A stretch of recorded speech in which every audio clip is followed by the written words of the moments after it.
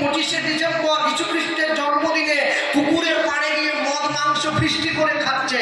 আমি বাঙালিকে দেখেছি কালী পুজোর বিসর্জনের দিন মা কালীকে টলিতে তুলে দিয়ে মদ খেয়ে নাচে, বলে ঠাকুর থাকবে কতক্ষণ, ঠাকুর যাবে বিসর্জন। এ কেমন বাঙালি যে মাকে বিদায় দেয় মদ খেয়ে? মাকে বিদায় দিতে হবে চোখের জলে বুক ভাসিয়ে। মা এবছর চলে যাচ্ছ, সামনের বছরে আবার এসো, আমরা তোমার ভক্ত, তোমার অপেক্ষায় বসে রইলাম। কেন জানবে? আজকে আপনাদের এই জায়গাটার নাম সিদ্ধা, যে মায়ের নাম অনুসারে সিদ্ধেশ্বরী মাতা, যে সকলের সিদ্ধি পূরণ করেছে, তার উপলক্ষে এই জায়গাটার নাম সিদ্ধা, আর বাজারটার নাম সিদ্ধা বাজার। সকলের সিদ্ধি পূরণ করতে হলে নিজে মদ খেয়ে মায়ের কাছে গেলে হবে না। সুস্থ মনে মায়ের চরণে চোখের জল দাও, মা তোমাকে জানিয়ে দেবে তুমি যার জন্য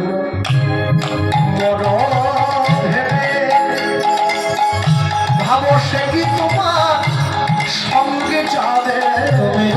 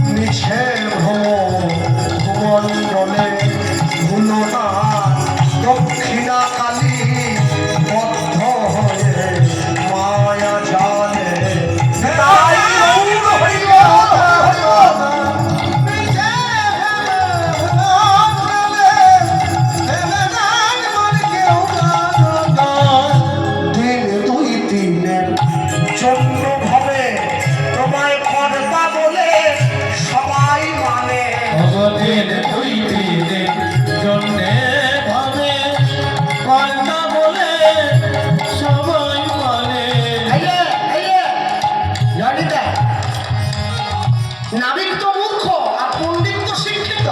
বিদ্যে বোঝাই বাবু মশাই চড়ি শখের কাটে, মাঝিরে কয় বলতে পারি সূর্য কেন ওঠে? মাঝিকে জিজ্ঞাসা করছে পণ্ডিত, হ্যাঁ সূর্য কেন ওঠে?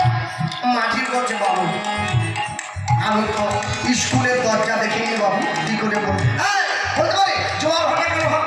তাহলে বাবু আমার দ্বারা হবে না।